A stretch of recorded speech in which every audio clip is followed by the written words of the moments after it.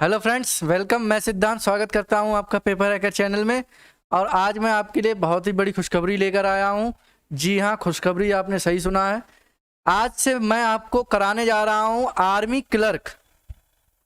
ठीक है, army clerk के 50 पूरे प्रैक्टिस सेट जो मेरे द्वारा आपको कराए जाएंगे बहुत ही बेहतरीन तरीके से। आप इस प्रैक्टिस सेट को इस चैनल पर भी देख सकते हैं और हमारा एक स्पेशल चैनल है जो हमने अभी क्रिएट किया है, आर्मी बाई पेपर हैकर। ठीक है, आप वहां पे जाके देख सकते हैं। तो उस पे आपको केवल आर्मी और आर्मी की ही वीडियोस मिलेंगी, आर्मी, एयरफोर्स, नेवी और इनकी सारी जो वीडियोस हैं वो आपको मिलने वाली हैं आर्मी बाई पेपर हैकर पर। ठीक है, तो चैनल को अभी सब्सक्राइब करें और आर्मी बाई पेपर हैकर जो चैनल है उसका लिंक आपको डिस्क्रिप्शन बॉक्स में मिल जाएगा। ठीक है, तो चैनल को सब्सक्राइब जरूर कर दें और आज से आप मेरे साथ जुड़े रहिए डेली। ठीक है, मैं आज से आपको डेली 50 प्रैक्टिस सेट करवाने वाला हूं। ठीक है, तो चलिए हमारा पहला प्रैक्टिस सेट शुरू करते हैं। ठीक है,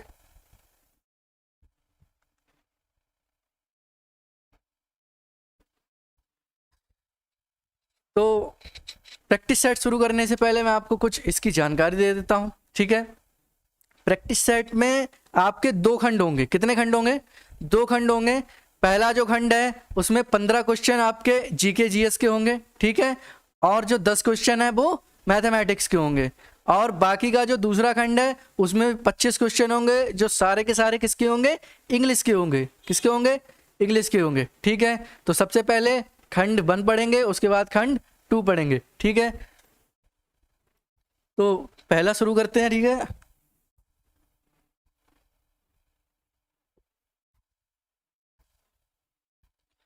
पहला क्वेश्चन है हमारा, सिंधु घाटी के लोग किसकी पूजा करते थे?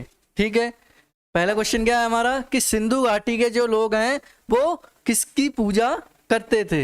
ए ऑप्शन है हमारा ब्रह्मा, बी ऑप्शन है हमारा विष्णु, सी ऑप्शन है हमारा पशुपति या डी ऑप्शन है हमारा इंद्र। तो देखिए, सिंधु घाटी सभ्यता में ना तो ब्रह्मा जी का ही उल्लेख हुआ है और ना ही विष्णु जी का उल्लेख हुआ है, और जो इंद्र जी का उल्लेख हुआ है वो हमारा वैदिक काल से संबंधित है। ठीक है, तो हमारा ऑप्शन कौन सा सही होने वाला है इसमें? पशुपति। कौन सा सही होने वाला है? पशुपति। नेक्स्ट क्वेश्चन है हमारा, भारतीय राष्ट्रीय कांग्रेस की स्थापना कब हुई थी? इंडियन नेशनल कांग्रेस की स्थापना कब हुई थी? ऑप्शन देख लेते हैं। ए ऑप्शन है हमारा वर्ष 1785, बी ऑप्शन है हमारा वर्ष 1885, सी ऑप्शन है हमारा वर्ष 1985 या डी ऑप्शन है हमारा वर्ष 1925। तो कांग्रेस की स्थापना कब हुई थी? ये हुई थी हमारी बी ऑप्शन सही है, वर्ष 1885 में। कब हुई? वर्ष 1885 में। अब कांग्रेस पढ़ रहे हैं तो कांग्रेस की स्थापना किसके द्वारा की गई थी? पता ही होगा आपको, ये की गई थी आपकी ए.ओ. ह्यूम द्वारा। किसके द्वारा? ए.ओ. ह्यूम द्वारा। और इसका जो पहला अधिवेशन है वो कहाँ हुआ था? ये हुआ था हमारा बंबई में। कहाँ हुआ? बंबई में, 1985 में ही। ठीक है, और जिसके अध्यक्ष कौन थे? इसके अध्यक्ष थे हमारे WC बनर्जी। कौन थे? WC बनर्जी। ठीक है,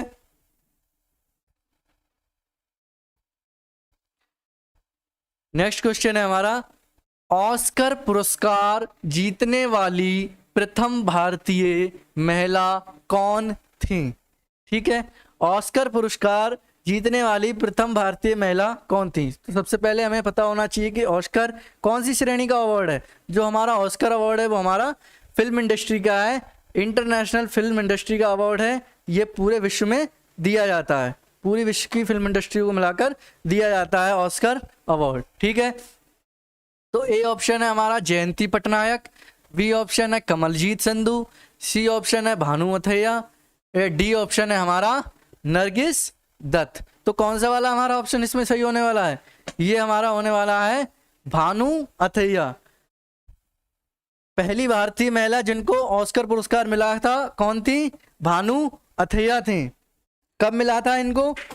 इनको मिला था 1983 में। कब मिला? 1983 में फॉर फिल्म। कौन सी फिल्म के लिए मिला? गांधी। कौन सी फिल्म? गांधी फिल्म के लिए मिला था। ठीक है। भारत में प्रथम टेलीविजन कार्यक्रम का प्रसारण किस वर्ष हुआ था? भारत में प्रथम टेलीविजन कार्यक्रम का प्रसारण किस वर्ष हुआ था? ए ऑप्शन है हमारा 1959, बी ऑप्शन है 1957, सी ऑप्शन है 1965 या डी ऑप्शन है हमारा 1976। तो कब हुआ था? ये हुआ था हमारा 1959 में। डेट भी दी गई है, 15 सितंबर 1959 को हुआ था। कब हुआ था? और 1959 में जब इसका प्रसारण हुआ था तब इसका नाम क्या था? तब इसका नाम था टेलीविजन इंडिया। क्या नाम था इसका? Television India. लेकिन 1975 में 1975 में इसका नाम बदलकर क्या रख दिया गया? दूरदर्शन रख दिया गया। क्या रख दिया गया? दूरदर्शन। ठीक है।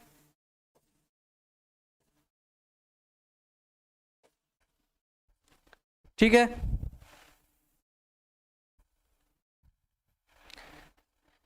विश्व जनसंख्या दिवस कब मनाया जाता है?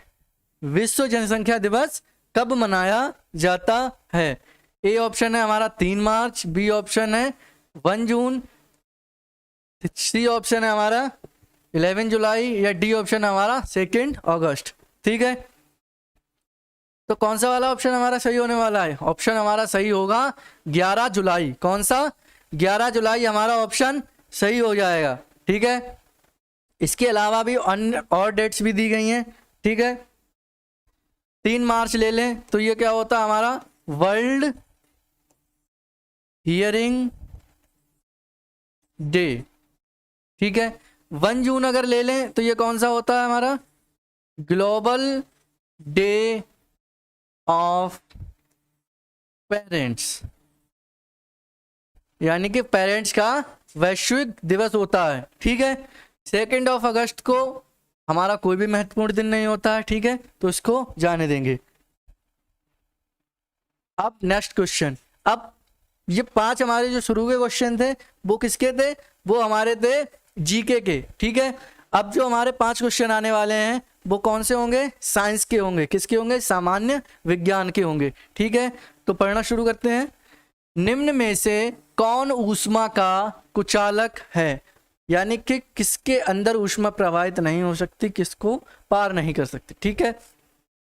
ए है हमारा चांदी, बी है तांबा, सी है कांच और डी है एल्यूमिनियम। ठीक है। तो ये तीनों जो हैं ए, बी और डी, ये क्या है? ये हमारी धातु है, लेकिन कांच हमारा धातु नहीं है। तो कौन सा वाला हमारा ऑप्शन सही हो जाएगा? ऊष्मा का कुचालक कौन होगा? कांच हो जाएगा। कौन हो जाएगा? कांच हो जाएगा। ठीक है। सिरके का रासायनिक नाम क्या है? सिरके का रासायनिक नाम क्या है? ए ऑप्शन है हमारा एसीटोन, बी ऑप्शन है हमारा एसिटिक एसिड, सी ऑप्शन है एथेनॉल या डी ऑप्शन है हमारा फॉर्मल्डिहाइड। ठीक है। तो सिरके का रासायनिक नाम क्या होता है? Acetic acid. सिरके को क्या बोलते हैं? Acetic acid. इसका फॉर्मूला क्या होता है? CH3COOH। इसको बोलते हैं हम एसिटिक एसिड या फिर सिरका भी बोल सकते हैं। ठीक है। पदार्थ की चौथी अवस्था क्या होती है? पदार्थ की जो चौथी अवस्था होती है वो क्या होती है? ए गैस, बी वाष्प, सी प्लाज्मा या फिर डी इलेक्ट्रॉन। तो सबसे पहले हम गैस की अवस्था के बारे में जानते हैं। तो गैस की मुख्य रूप से कितनी अवस्थाएं होती हैं? 3 अवस्थाएं होती हैं जो हमने पढ़ रखी हैं, ठोस, द्रव और गैस। लेकिन इसके अतिरिक्त जो चौथी अवस्था होती है उसको हम बोलते हैं प्लाज्मा। क्या बोलते हैं? प्लाज्मा। तो कौन सा वाला ऑप्शन हमारा सही होने वाला है? Option number C. गैस की चौथी अवस्था पदार्थ की चौथी अवस्था कौन सी होती है? प्लाज्मा होती है। ठीक है, नेक्स्ट क्वेश्चन की ओर बढ़ते हैं। निम्न में से कौन सा विटामिन जल में घुलनशील है? ठीक है, कौन सा विटामिन जल में घुलनशील है? तो हमें एक ही चीज याद रखनी है कि दो विटामिन हैं सिर्फ ऐसी जो जल में घुलनशील हैं, बाकी जो बची हुई विटामिन हैं वो जल में नहीं घुलती हैं। ठीक है, तो वो जो दो विटामिन जो जल में घुलनशील हैं वो कौन कौन सी हैं? एक होती है हमारी बी और एक होती है हमारी सी, जो जल में घुलनशील हैं। ठीक है, तो ए ऑप्शन हमारा विटामिन ए, बी ऑप्शन है विटामिन सी, सी है विटामिन डी और डी है विटामिन के। ठीक है, तो कौन सा वाला ऑप्शन हमारा सही होने वाला है? सी। कौन सा? सी। अगर बी भी दे रखा होता तो इसमें दोनों का ऑप्शन होता। ठीक है,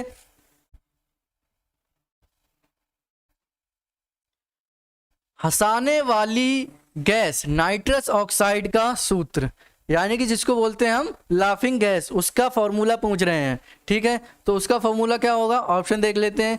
पहला हमारा NaNO, दूसरा है N2O, तीसरा है N3O और हमारा चौथा ऑप्शन है N2SCI। ठीक है, तो इसका फॉर्मूला होता है N2O, जिसको बोलते हैं हम नाइट्रस ऑक्साइड। क्या बोलते हैं? Nitrous oxide. अब 5 क्वेश्चन हमारे जीके जीएस के हो गए हैं और 5 क्वेश्चन हो गए हमारे किसके? जनरल साइंस के। अब हमारा जो नेक्स्ट सेक्शन शुरू होने वाला है वो है हमारा कंप्यूटर नॉलेज का। किसका? कंप्यूटर नॉलेज का। तो हमारा नेक्स्ट क्वेश्चन है कि कंप्यूटर का जो मस्तिष्क है वो किसे कहा जाता है? मस्तिष्क का काम क्या होता है? ठीक है, तो मस्तिष्क का काम होता है हमारी इंद्रियों पर काबू रखना। ठीक है, इंद्रियों को चलाना। ठीक है, हम क्या काम करते हैं, कैसे करते हैं, उसको कौन कंट्रोल करता है? मस्तिष्क करता है। ठीक है, तो ए ऑप्शन है हमारा CD, बी ऑप्शन है हमारा CPU, सी ऑप्शन है मॉनिटर और डी ऑप्शन है हमारा फ्लॉपी डिस्क। ठीक है, तो कौन सा वाला ऑप्शन हमारा सही होने वाला है? ये हो जाएगा हमारा CPU, यानी कंप्यूटर का मस्तिष्क किसको कहा जाता है? ये कहा जाता है हमारा CPU को। ठीक है, अब CPU के बारे में थोड़ा सा जान लेते हैं। CPU की फुल फॉर्म क्या होती है? Central processing unit. क्या होती है ये? Central processing unit. ठीक है, कंप्यूटर द्वारा डैश इंफॉर्मेशन में प्रोसेस किए जाते हैं, यानी कंप्यूटर द्वारा हम इंफॉर्मेशन में क्या प्रोसेस करते हैं? ए ऑप्शन है हमारा प्रोसेसर, बी है इनपुट, सी है डाटा और डी है हमारा नंबर। तो एक चीज तो हमें पता चल गई कि नंबर तो नहीं ही होने वाला है। अब प्रोसेसर क्या होता है? प्रोसेसर होता है जो प्रोसेस करता है, जो सारे कंप्यूटर्स को प्रोसेस करता है, उसको जो भी चल रहा होता है उसको दिखाता है। इनपुट क्या होता है? जब हम कंप्यूटर में कुछ टाइप करते हैं, उस एंटर दबाते हैं तो जो इनपुट निकल के आता है वही होता है। डाटा क्या होता है? जो इनपुट करके हमें प्रोसेसिंग से मिलता है। तो कंप्यूटर द्वारा इंफॉर्मेशन में प्रोसेस किया जाता है। क्या किया जाता है? डाटा प्रोसेस किया जाता है। तो कौन सा ऑप्शन सही होने वाला? हमारा सी वाला सही होने वाला है, डाटा। ठीक है, निम्न में से कौन सा इंटरनेट से संबंधित है? ठीक है, ए हमारा टेलनेट, बी है ईमेल, सी है यूपीएस और डी है हमारा मोबाइल। तो कौन सा हमारा इंटरनेट से संबंधित है? तो ये हो जाएगा हमारा यूपीएस। क्या हो जाएगा? यूपीएस। ठीक है, तो थोड़ा सा यूपीएस के बारे में भी जान लेते हैं।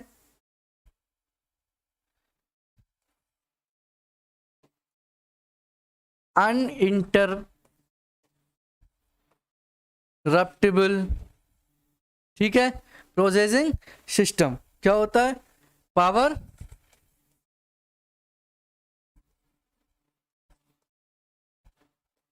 ठीक है, अब इसका काम क्या होता है? यूपीएस का काम क्या होता है? यूपीएस का काम होता है कि जब हमारे कंप्यूटर को मिलने वाली जो बिजली है, जो लाइट है, वो बंद हो जाती है, समाप्त हो जाती है, तो जो यूपीएस होता है वो थोड़े समय के लिए उसको क्या रखता है, कार्यरत रखता है। ठीक है,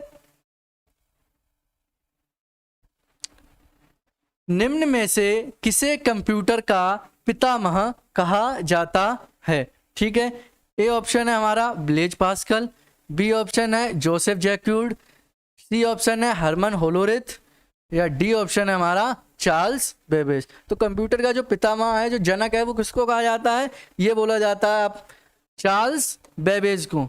इसको बोला जाता है चार्ल्स बेबेज को। निम्न में से कौन सा सॉफ्टवेयर का एक प्रकार है। ए है हमारा सिस्टम सॉफ्टवेयर, बी है अनुप्रयोग सॉफ्टवेयर, सी है हमारा प्रोग्रामिंग सॉफ्टवेयर, ये डी हो जाएगा हमारा ये सभी। तो ये तीनों ही जो है वो हमारे सॉफ्टवेयर के प्रकार हैं। तो कौन सा वाला ऑप्शन सही होने वाला है, डी ऑप्शन सही होने वाला है, ये सभी। ठीक है,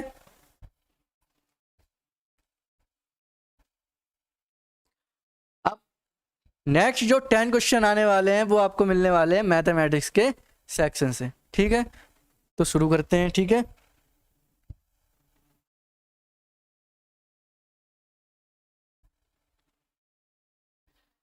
तो क्वेश्चन दे रखा है, पहले हम क्वेश्चन पढ़ेंगे, उसका एनालिसिस करेंगे, उसके बाद ही हम करना शुरू करेंगे। पहले हमें जो क्वेश्चन में दे रखा है वही हमको लिखना है। एक वस्तु 120 में खरीदी, खरीदना क्या होता है, क्रय मूल्य। ठीक है, तो क्रय मूल्य को बोलते हैं कॉस्ट प्राइस, तो ये हो गया हमारा सीपी। ठीक है, कितने में खरीदी, 120 रुपए में खरीदी और 160 रुपए में बेची गई। बेचना क्या होता है, विक्रय मूल्य, तो सेलिंग प्राइस क्या हो गया, 160 रुपए। अब ये बोल रहे हैं तो लाभ प्रतिशत कितना होगा, क्या होगा, लाभ प्रतिशत कितना होगा। ठीक है, तो सबसे पहले हमें प्रॉफिट पता होना चाहिए कि कितना हुआ। तो प्रॉफिट बराबर क्या होता है, प्रॉफिट हमें कब होगा, प्रॉफिट हमें तब होगा जब हम किसी वस्तु को कम दाम में खरीदेंगे और उससे खरीदे हुए दाम से ज्यादा में बेच देंगे, तब हमें क्या होगा, प्रॉफिट होगा। तो हमने 120 में खरीदी और कितने में बेच दी, 160 में बेच दी, तो प्रॉफिट ही हुआ हमें। ठीक है, तो प्रॉफिट बराबर हो जाएगा आपका एसपी माइनस सीपी, यानी बेचा हमने कितने में, 160 में, और खरीदा कितने में था, 120 में, तो हमें कितने का हुआ, 40 रुपए का क्या हो गया, प्रॉफिट हो गया। लेकिन हमसे पूछ क्या रहे हैं, ये भी हमें सवाल में पता करना होगा। लाभ प्रतिशत पूछ रहे हैं, क्या पूछ रहे हैं, लाभ प्रतिशत। तो लाभ प्रतिशत बराबर होता है जो भी हमें लाभ हुआ है और उसके नीचे लिखने वाले हैं क्या, क्रय मूल्य। लाभ या हानि जो भी हम निकालेंगे, लाभ प्रतिशत या फिर हानि प्रतिशत जो भी हम निकालेंगे, वो किसके ऊपर निकालेंगे, क्रय मूल्य के ऊपर निकालेंगे। और कितने से गुणा कर देंगे, 100 से गुणा कर देंगे। तो लाभ हुआ हमें 40 का और खरीदी थी हमने कितने में, 120 रुपए में। ठीक है, 100 से गुणा हो गई। ठीक है, 3 बार में ये चला गया, तो ये आ गया हमारा 100/3, इसको लिख सकते हैं 33 × 1/3%। ठीक है, तो ये क्या हो गया हमारा, ये हो गया हमारा ऑप्शन नंबर डी। कौन सा हो जाएगा, ऑप्शन नंबर डी।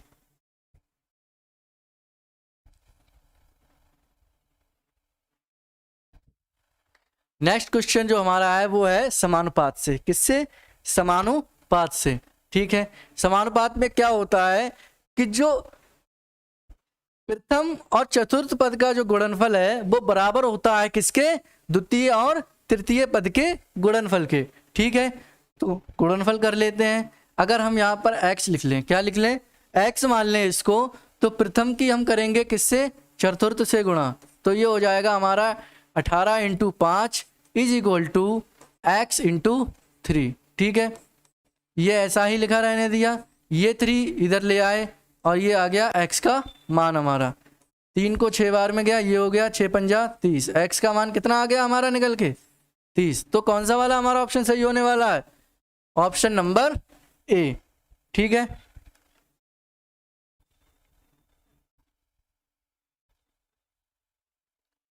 अब यदि 3/4 ऋण चुकाने पर भी 600 ऋण शेष बचता है तो कुल ऋण राशि कितनी है।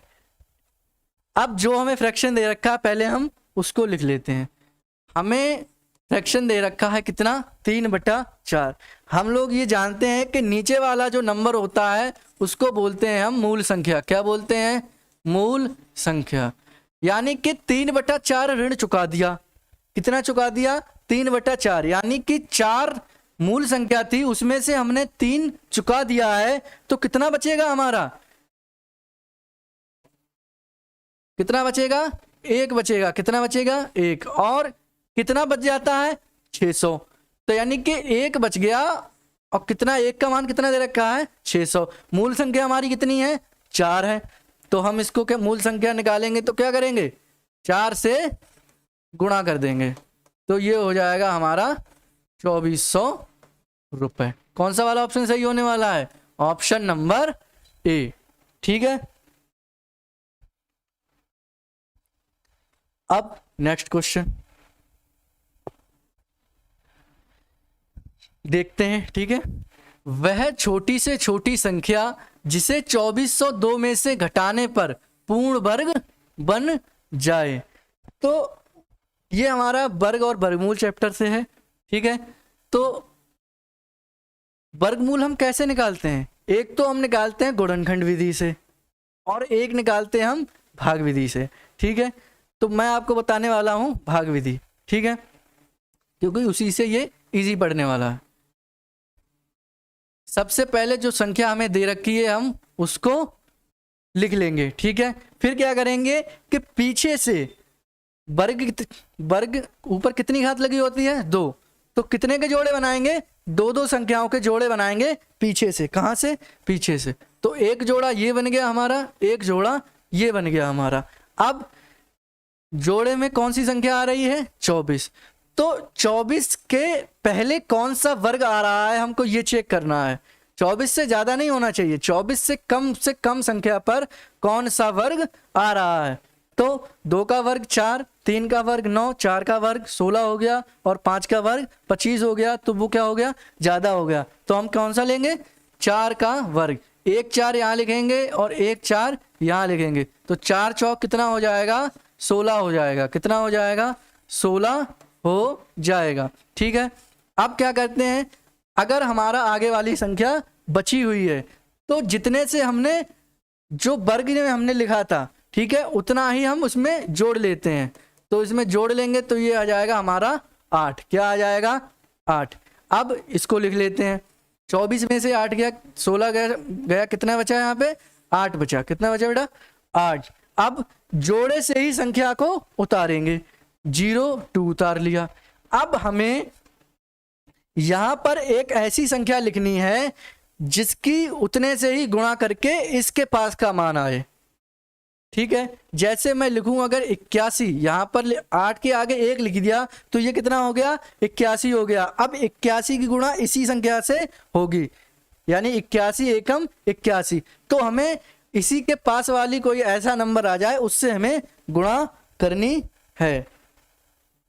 ठीक है, तो हम लिखेंगे यहां पर 9 लिख दिया तो ये हो गया हमारा 89। अब 9 नेमा 81, तो लास्ट का इकाई का अंक 1 मिल रहा है तो हमारे 2 के पास का है। ठीक है, तो यहां पर भी 9 लिख देंगे और 89 नेमा करेंगे तो कितना आएगा, 801 आएगा। कितना आएगा, 801। शेष बच जाएगा 1। कितना बच जाएगा, 1। तो क्या घटा दें कि ये पूर्ण वर्ग बन जाए, तो 1 घटाने पर ही, क्या घटाने पर, 1 घटाने पर ही ये पूर्ण वर्ग बन जाएगा। अगर ये 1 नहीं होता, यहां पर 1 हो जाता और ये पूरा कट जाता तो ये कितने का, 49 का पूर्ण वर्ग बन जाता। ठीक है, तो कौन सा वाला ऑप्शन सही होगा हमारा, इसमें हो जाएगा ऑप्शन नंबर डी, 1। कौन सा, 1।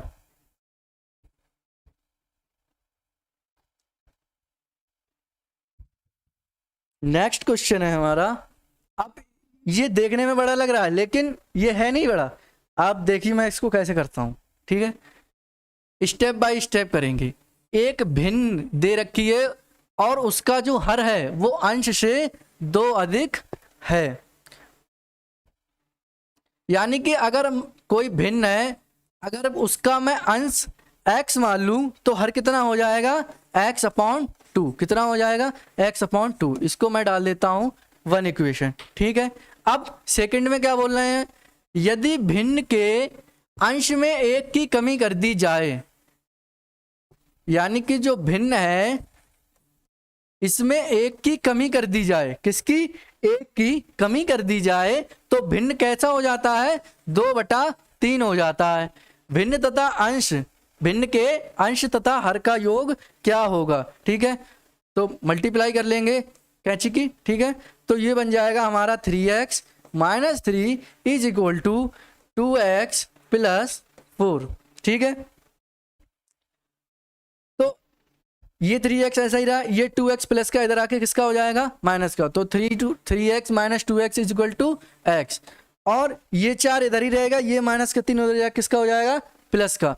तो ये हो जाएगा 4 + 3 इज इक्वल टू 7।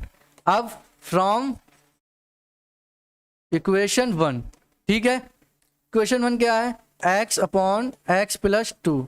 तो ये क्या हो गया हमारा 7/7 + 2 क्या हो गया 9 हो गया। तो हमारी भिन्न जो मूल भिन्न थी वो निकल के आ गई, कितनी आ गई 7/9। अब पूछ रहे हैं कि अंश तथा हर का योग क्या होगा। तो अंश तथा हर का योग क्या होगा, 7 और 9, 9 और 7 को जोड़ेंगे तो क्या आएगा 16 आएगा, क्या आएगा 16 आएगा। तो कौन सा वाला ऑप्शन सही हो जाएगा हमारा, option number B is the correct answer, ठीक है।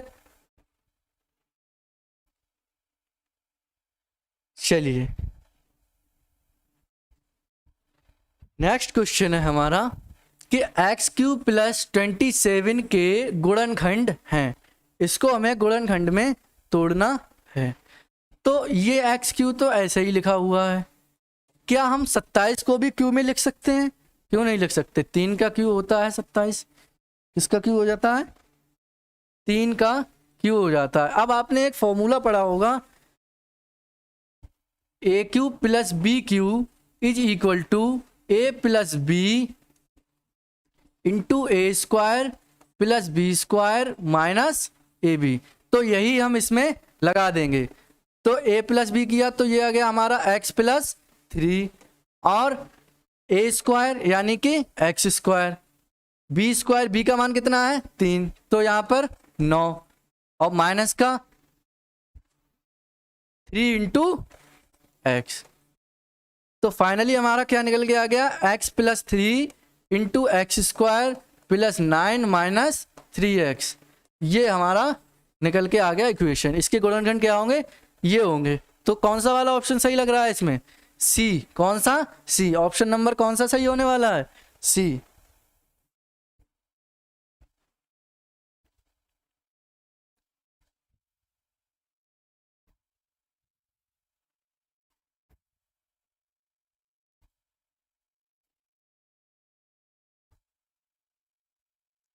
अब ये बोल रहे हैं कि x + 2 और x + 4 अगर अभाज्य संख्याएं हैं तो x का मान क्या है।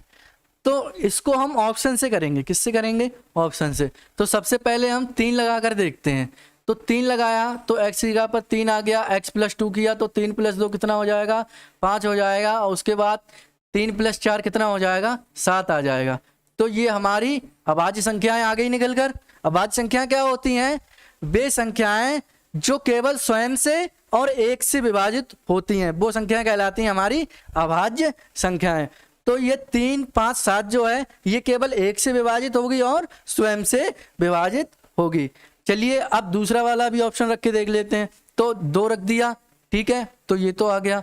उसके बाद अगर 2 + 2 करेंगे तो क्या आ जाएगा 4 आ जाएगा, और 2 + 4 करेंगे तो 6 आ जाएगा। तो ये तो सब निकल के आ रही, तो ये वाला ऑप्शन तो नहीं होगा, ये भी नहीं होगा और ये भी नहीं होगा। तो कौन सा वाला हमारा ऑप्शन सही हो जाएगा, ऑप्शन नंबर ए 3। क्या हो जाएगा, x का मान कितना होगा 3, ठीक है। अब देखिए क्वेश्चन आया आपका समुच्चय से, ठीक है। ये बोल रहे हैं a का मान समुच्चय में दे रखा है इतना 2, 4, 6, 7, ठीक, और b का मान कितना दे रखा है 6, 7, 8 9। ठीक, अब देखिए ये कह रहे हैं कि b माइनस ए, यानी कि b माइनस ए करेंगे तो ये हो जाएगा हमारा 6 7 8 9। ठीक, माइनस 2 4 6 7। ठीक, अब जो सेम संख्याएं होती हैं वो एक दूसरे में से माइनस हो जाएंगी, तो ये भी माइनस हो गई और ये भी माइनस हो गई। अब ये दो संख्याएं बची हैं। अब हमें ये देखना पड़ता है कि हम किस में से किसको घटाने को बोल रहा है। तो हमारा जो प्लस वाला होता है वो ही फर्स्ट आता है। ठीक है, तो प्लस में हमारा क्या आ रहा है, बी आ रहा है। तो कौन सी वाली संख्या हो जाएंगी, 8 और 9, वो वाला घट जाएगा पूरा ही। ठीक है, तो कौन सा हमारा ऑप्शन हो जाएगा, ऑप्शन नंबर सी हमारा करेक्ट आंसर हो जाएगा। ठीक है, नेक्स्ट आ जाइए। नेक्स्ट क्वेश्चन है हमारा औसत से। ये बोल रहे हैं कि संख्याओं 18 17 x 27 और 29 का जो औसत दे रखा है वो कितना है, 23 है। तो x का मान बताना है। तो औसत बराबर होता क्या है,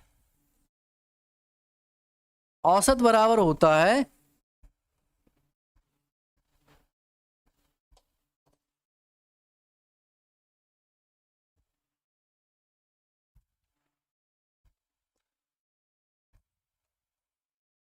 पदों का योग बटे पदों की संख्या। क्या होता है औसत बराबर पदों का योग बटे पदों की संख्या। औसत हमें कितना दे रखा है, औसत दे रखा है हमें 23।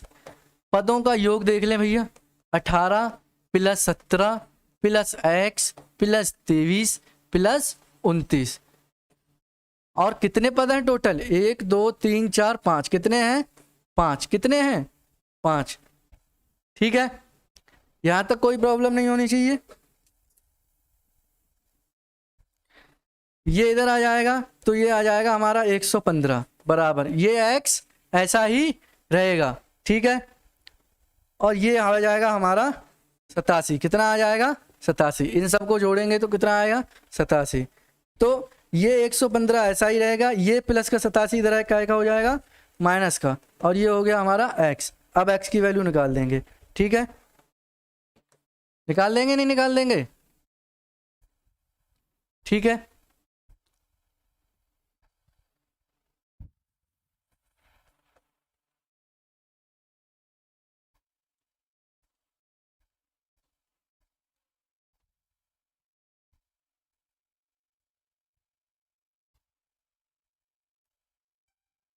नेक्स्ट क्वेश्चन है, एक 100 मीटर लंबी रेलगाड़ी एक बिजली के खंभे को 20 सेकंड में पार करती है, तो रेलगाड़ी की जो चाल है वो क्या होगी।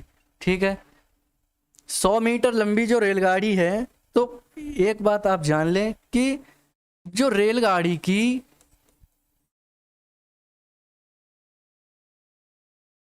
लंबाई होती है वो उसकी तय की गई दूरी के ही बराबर होती है। ठीक है, तो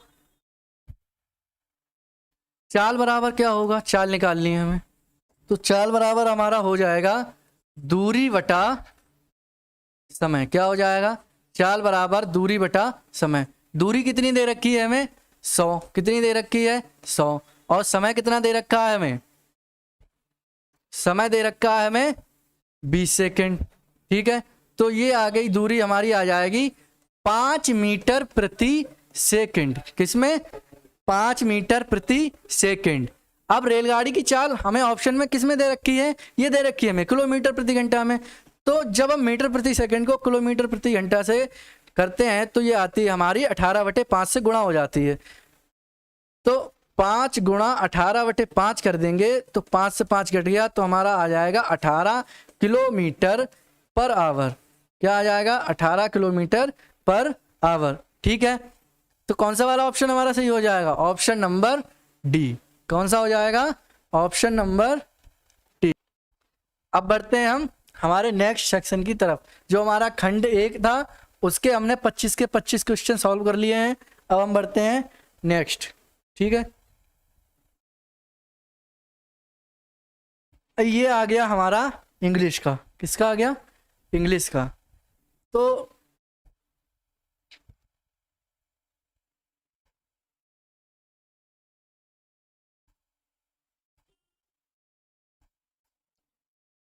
ये हमारा एक पूरा पैसेज है। ठीक है, क्या है? ये हमारा पूरा एक पैसेज है। अब जो हमारे 26 से 30 क्वेश्चन होंगे, नंबर 26 से लेके 30 नंबर तक के जो क्वेश्चन होंगे वो हमें किससे करने हैं? पैसेज से। किससे करने हैं? इस पैसेज में ही देख के करने होंगे। ठीक है, तो सबसे पहले ये 26 नंबर वाला क्वेश्चन मैं आपके सामने पढ़ने जा रहा हूं। ठीक है,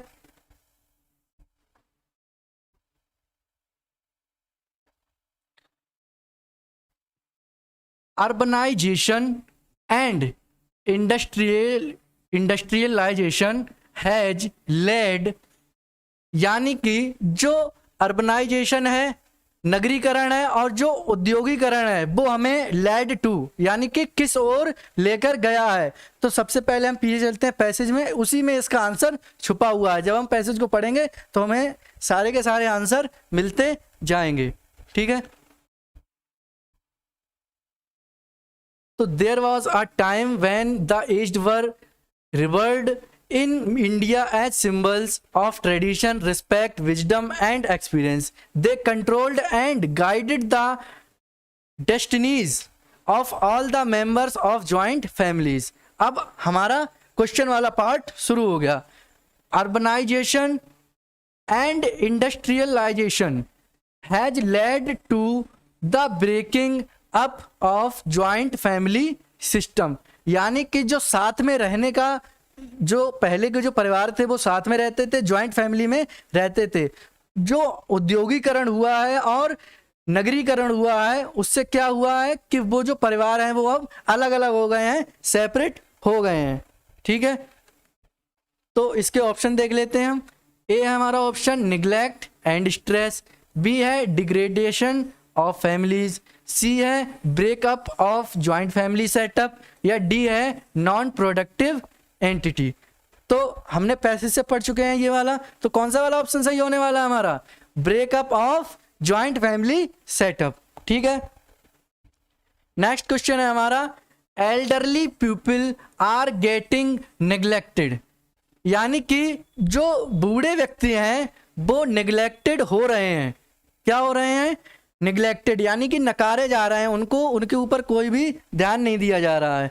because of the joint family system, because of nuclear setup of families, because of their age, because of their ailing health. ठीक है, तो पीछे पढ़ेंगे।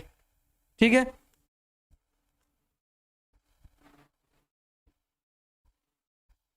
ठीक है, अब देखिए आ गया यहाँ पे हमारा many elderly people get neglected because of, किसके कारण?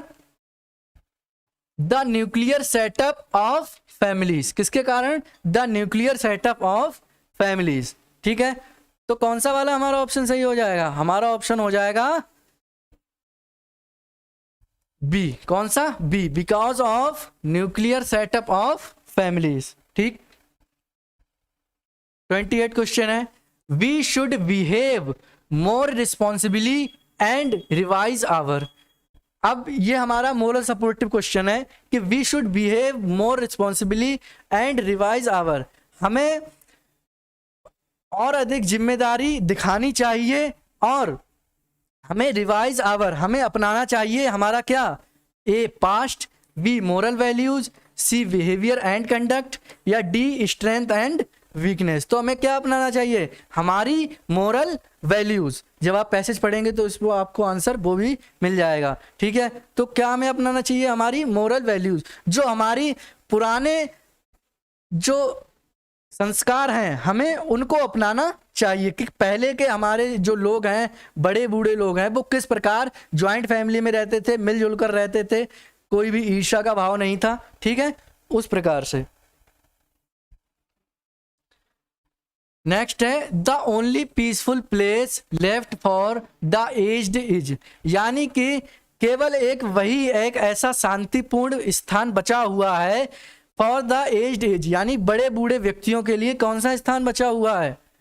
There native place, their parents home, old age home या ऑर्फनेज। तो नेटिव प्लेस, उनका नेटिव प्लेस तो कोई होता नहीं है, ठीक है। देयर पेरेंट्स होम, जब वो खुद ही बूढ़े हो गए हैं तो उनके पेरेंट्स कहाँ से होंगे बताइए आप, ठीक है।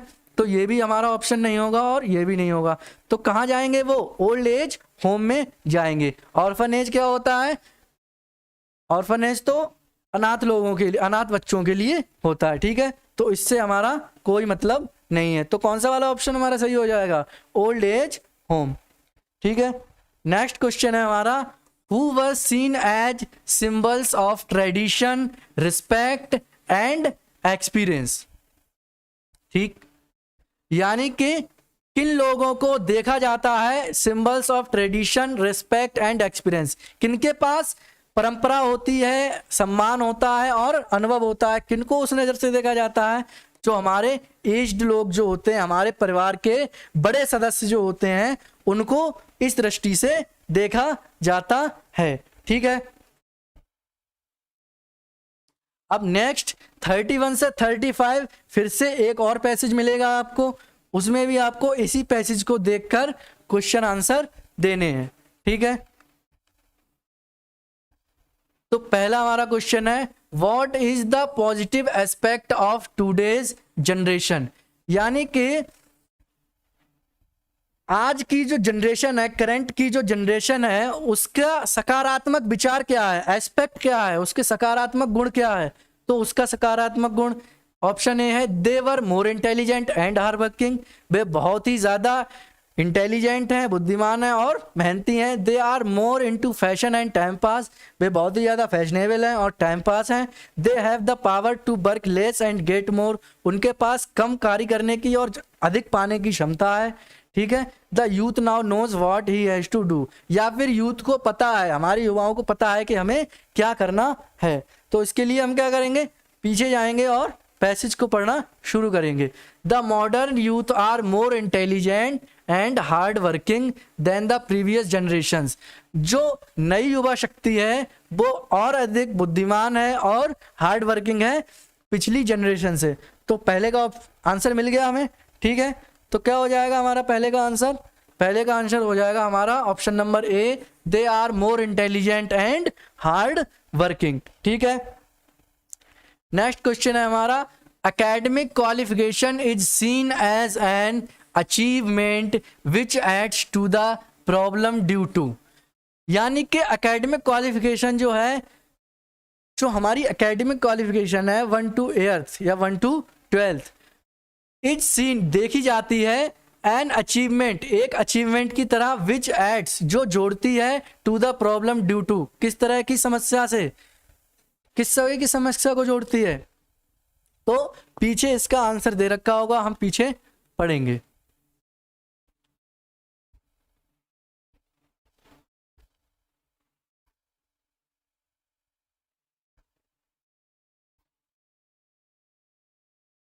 ठीक है, increasing their academic qualification, some of them secure high percentage of marks versus most of them get average of below average marks, since the number of aspirants for a job is much higher than the number of vacancies, most of the young boys and girls do not get any employment. This causes the problems of educated unemployment and depression among the youth.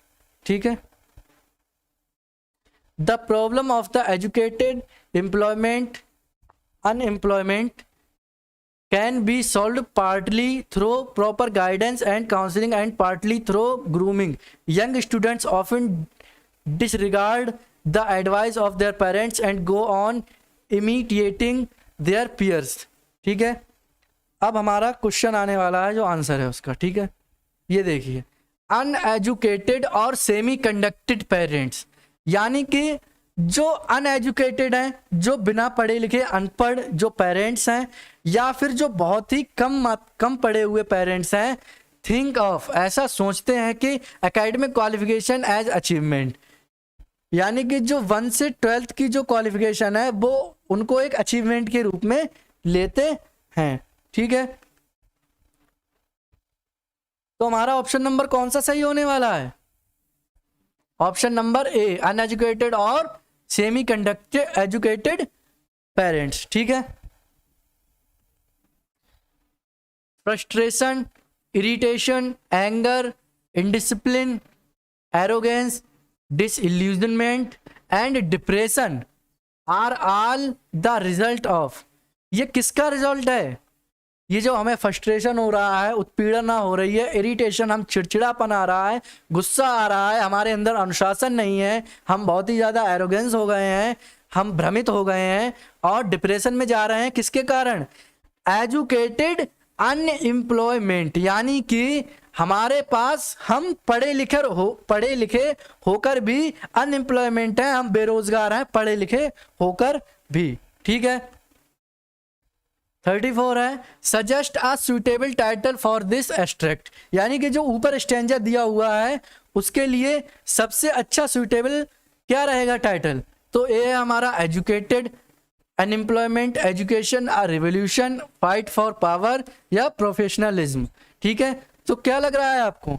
जाहिर सी बात है, अगर आपने एक बार इस passage को पढ़ लिया है तो आप डायरेक्ट ही बता देंगे कि इसका ऑप्शन ए सही होने वाला है, एजुकेटेड अनएम्प्लॉयड।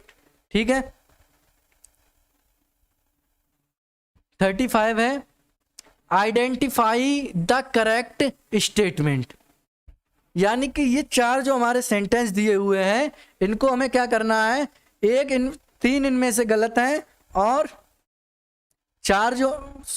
तीन इनमें से गलत हैं और जो एक है वो एक सही होने वाला है। ठीक है, तो कौन सा वाला सही होने वाला है? ठीक है, ऊपर वाले स्टैंजा को देखते हुए हमें ये निर्णय लेना है। ठीक है, इसमें एरर वाला नहीं आ रहा है, ये ऊपर वाले स्टैंजाज को लेकर कुछ स्टेटमेंट्स दिए हुए हैं और उनमें से हमें सही सिलेक्ट करना है।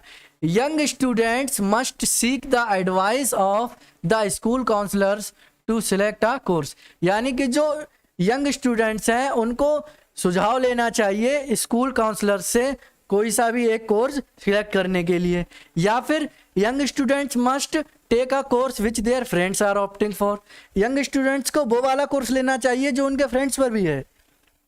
ठीक है, या फिर young students must take a course as a suggested by their parents, या फिर उनको एक ऐसा कोर्स लेना चाहिए जो उनके पेरेंट्स उनको सजेस्ट करें। या फिर young students get the employment easily, जो यंग स्टूडेंट्स हैं उनको इजीली एम्प्लॉयमेंट मिल रहा है क्या? तो ये तो होगा ही नहीं, और पेरेंट्स से भी नहीं, क्योंकि हमारे जो पेरेंट्स हैं वो या तो ऊपर पैसेज के हिसाब से या तो अनएजुकेटेड हैं या फिर कैसे हैं, सेमी कंडक्टेड हैं। ठीक है, तो ये भी हमारा नहीं होगा और ये भी नहीं होगा, क्योंकि भैया फ्रेंड्स के साथ थोड़ी ना जाना है, फ्रेंड्स जिंदगी भर साथ थोड़ी ना देंगे। तो कौन सा वाला हमारा ऑप्शन हो जाएगा? ऑप्शन नंबर हो जाएगा हमारा ऑप्शन नंबर ए। ठीक है, यंग स्टूडेंट्स यानी कि जो युवा प्रतिभा है, युवा जो अभ्यर्थी हैं उनको कैसा कोर्स सिलेक्ट करना चाहिए? जो उनके स्कूल काउंसलर उनको सजेस्ट करें, उनको एक ऐसा कोर्स लेना चाहिए। ठीक है, अब आ गया हमारा नेक्स्ट। ठीक, अब ये आ गए हमारे ग्रामर से। ठीक, 36 to 38 fill in the blanks using the correct article, यानी कि हमें क्या भरना है? इसमें आर्टिकल भरना है। आर्टिकल क्या होते हैं? ठीक है, आर्टिकल क्या होते हैं? आर्टिकल, इनको हम डिटरमिनर्स भी बोलते हैं। क्या बोलते हैं? डिटरमिनर्स भी बोलते हैं। अब आर्टिकल कितने होते हैं? दो तरीके के होते हैं। एक तो होता है हमारा डेफिनेट आर्टिकल, क्या होता है? डेफिनेट आर्टिकल, और एक होता है हमारा इनडेफिनेट आर्टिकल। ठीक है, डेफिनेट क्या होता है? द, और इनडेफिनेट क्या होते हैं? ए और एन। ठीक है, द किसके लिए यूज करते हैं? जब हमारा कोई डेफिनेट होता है, एक चीज जो निश्चित होती है, उसके लिए द लगाते हैं। और हिंदी वर्णमाला के उच्चारण के अनुसार जो हमारा स्वर होते हैं उनके अनुसार हम लगाते हैं ए और एन। ठीक है,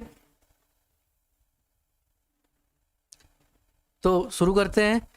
doctor Radhakrishnan was dash more famous philosopher than a politician. ठीक है, तो जो डॉक्टर राधा कृष्णन थे, वॉज ए आएगा, the, B, an, C, a या फिर डी, नो आर्टिकल। तो वॉज ए आएगा, क्या आएगा, ए।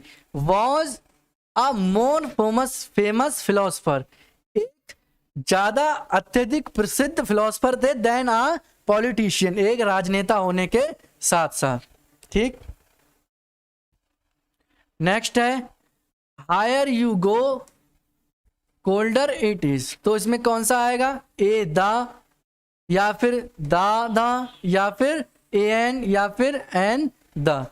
तो ये आएगा हमारा द हायर यू गो, यानी कि जितना ऊंचा तुम जाओगे, द कोल्डर इट इज, उतना ही ठंडा होता चला जाएगा। हम पहाड़ों पर जितना ऊंचा चले जाते हैं उतना ही ठंडा होता चला जाता है। ठीक है, नेक्स्ट है the eggs are sold by dozen. ठीक, अब इसमें हमें आर्टिकल भरना है। ठीक है, ए हमारा, फिर एन, फिर द और फिर नो आर्टिकल। ठीक है, the eggs are sold by the dozen, किसके हिसाब से बेचे गए हैं, जो अंडे हैं वो किसके हिसाब से बेचे गए हैं, डजन के भाव से। ठीक है,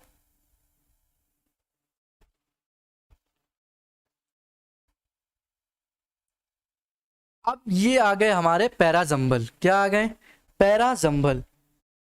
rearrange the following in the correct sequence to form a meaningful sentence, यानी कि ए बी सी डी, ये हमें 4 सेंटेंसेस दिए हुए हैं और इनको हमें एक ऐसे क्रम में लगाना है जिससे इनका एक मीनिंगफुल सेंस निकल सके। ठीक है, तो सबसे पहले हम देखेंगे कि शुरुआत हम जहां तक है नाउन या प्रोनाउन से हमारी शुरुआत हो रही हो, तो इसमें से कौन सा एक ऐसा सेंटेंस है जिसकी शुरुआत जो है वो नाउन या प्रोनाउन से हो रही है, तो वो है हमारा सी वाला, द वेदर। क्या है, द वेदर।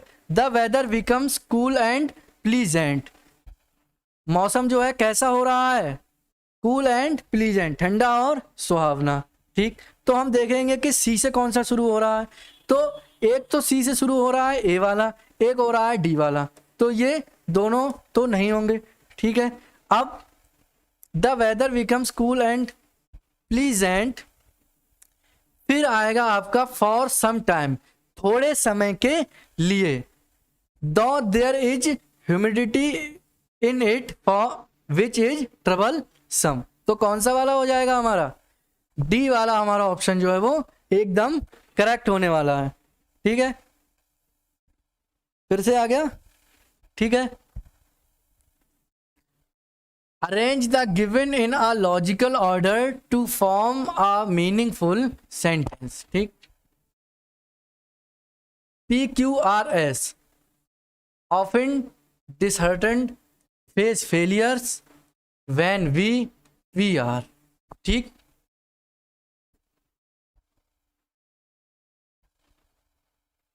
तो सबसे पहले हम शुरू करेंगे, तो कहाँ से शुरू करेंगे हमें देखना होगा।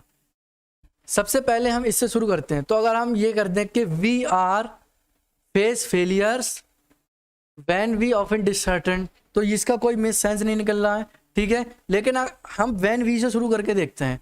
व्हेन वी फेस फेलियर्स, यानी कि जब हम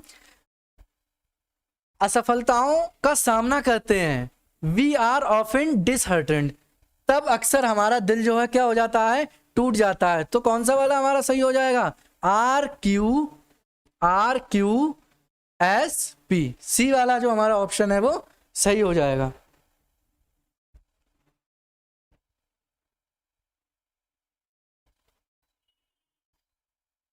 अब देखिए आप, ये आ गए हमारे एरर। इसमें हमें एरर को स्पॉट करना है। 4 पार्ट्स में ये दिया हुआ है, ये ए है इसका, ये बी है और ये सी है और ये डी, यानी कि नो एरर। एक पार्ट में इसके एरर है, वो पार्ट हमें देखना है। The vaccine when hit the Indian market, is dodged by controversy. तो क्या गलत लग रहा है हमें इसमें? सबसे पहले हम देखेंगे वर्ब। क्या देखेंगे? वर्ब। तो वर्ब हमारी ये तो हो गई हमारी हेल्पिंग वर्ब और ये हो गई हमारी मेन वर्ब। मेन वर्ब हमारी पास्ट फॉर्म में दी हुई है। मेन वर्ब हमारी कौन सी फॉर्म में दी हुई है? मेन वर्ब भैया हमारी पास्ट फॉर्म में है। तो क्या यहाँ पर ये प्रेजेंट आएगा? नहीं। क्या आ जाएगा? इज की जगह पर क्या आ जाएगा? वॉज। क्या आ जाएगा? Is replaced by was. ठीक है। अब नेक्स्ट फिर से एरर है। His son is working very hardly. ठीक, उसका जो बेटा है वो बहुत ही कठिन परिश्रम कर रहा है। लेकिन एक मिनट, ये हमें क्या दे रखा है? हार्डली। क्या दे रखा है? हार्डली। कठिन परिश्रम को क्या बोलते हैं? Very hard. Working very hard. Hardly का सेंस तो नेगेटिव में होता है। ठीक है, तो क्या हो जाएगा? और ये हमारा क्या है? एडजेक्टिव भी है। हार्डली क्या है? एडजेक्टिव है। और जबकि ये तो हमारा पहले ही आ चुका है। ठीक है, ये एडवर्ब आ चुका है तो उसके बाद एडजेक्टिव तो नहीं आएगा। तो ये क्या हो जाएगा? Hardly is replaced by hard. यानी कि हार्डली की जगह हम क्या यूज करने वाले हैं? हार्ड यूज करने वाले हैं। ठीक है। The company has ordered some new equipments. फिर नो एरर। ठीक है, तो कंपनी हैज ऑर्डर्ड, तो सबसे पहले हम देखेंगे वर्ब। वर्ब हमारी हैज है, ऑर्डर्ड भैया थर्ड फॉर्म लगी हुई है। तो हमारा जो ए सेक्शन है उसमें कोई भी गलती नहीं है। सम ये बी सेक्शन है, इसमें भी हमारा सही है, इसमें भी कोई गलती नहीं है। न्यू ये भी ठीक है। इक्विपमेंट्स क्या होते हैं? इक्विपमेंट्स है एक अनकाउंटेबल नाउन। क्या है? Uncountable noun.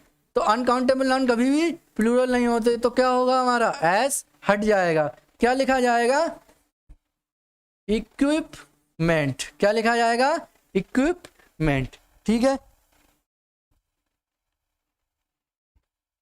अब नेक्स्ट है हमारा 44 से 46, fill in the blank with the correct word form of the given options. अब ये हमें ऑप्शंस दिए हुए हैं, इन्हीं ऑप्शंस में से हमें एक भरना है। वी शुड गो, हमें जाना चाहिए, doing more good than harm. यानी कि हमें किसकी तरफ जाना चाहिए? किसके बारे में सोचना चाहिए, करना चाहिए? मोर गुड देन हार्म, किसी को परेशानी पहुंचाने से ज्यादा हम क्या करें? उसका कुछ अच्छा करें। तो ए ऑप्शन है हमारा ऑन, बी है अबव, सी है अबाउट, या डी है टू। तो कौन सा वाला हमारा ऑप्शन सही हो जाएगा? हमारा ऑप्शन सही हो जाएगा C. We should go about doing more good than harm.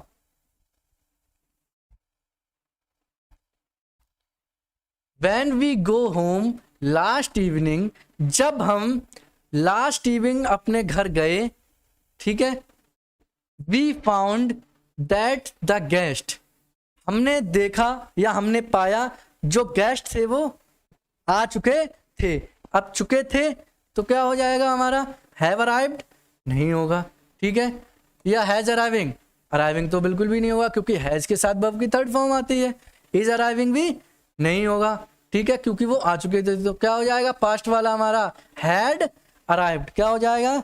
Had arrived. Hypocrites try to appearance. ठीक, हिपोक्रिट्स क्या होते हैं? हिपोक्रेट्स बोलते हैं कपटी लोगों को। यानी कपटी लोग प्रयास करते हैं। एपियरेंस मीन्स क्या होता है? दिखावे करने का। यानी कि कपटी लोग जो प्रयास करते रहते हैं किस चीज का? दिखावा ही करने का प्रयास करते रहते हैं, क्योंकि उनमें इतना कपट होता है कि वो दिखावा ही कर सकते हैं अच्छे होने का।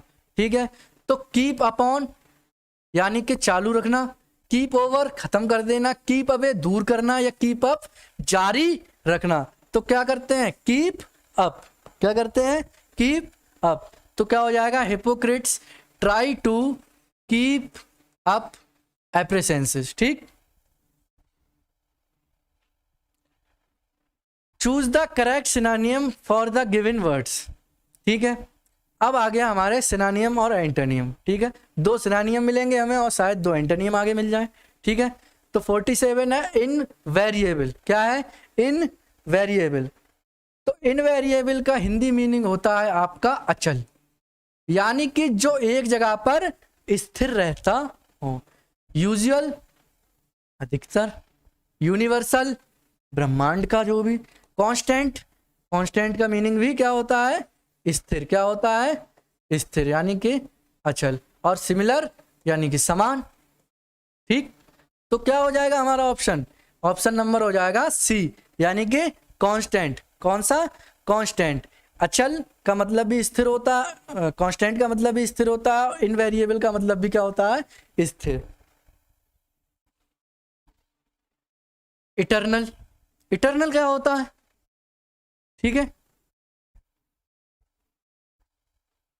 तो इटर्नल होता है हमारा आंतरिक। क्या होता है, आंतरिक या शाश्वत, अमर। ठीक, तो ए ऑप्शन है हमारा इननंबरेबल, अनमीजरेबल। इननंबरेबल मतलब जिसको गिना ना जा सके, अनमीजरेबल जिसको मापा ना जा सके, प्रोलॉन्ज्ड या फिर परपेचुअल। क्या है, प्रोलॉन्ज्ड या फिर परपेचुअल। ठीक है,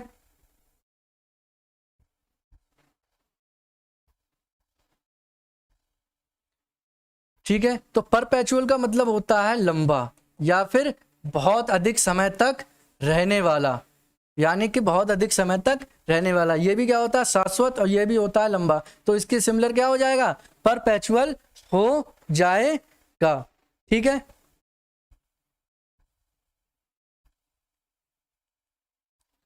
अब आ गए हमारे एंटोनियम। ठीक, फोकस। फोकस का मतलब क्या होता है, ध्यान केंद्रित करना या ध्यान एक ही जगह पर होना।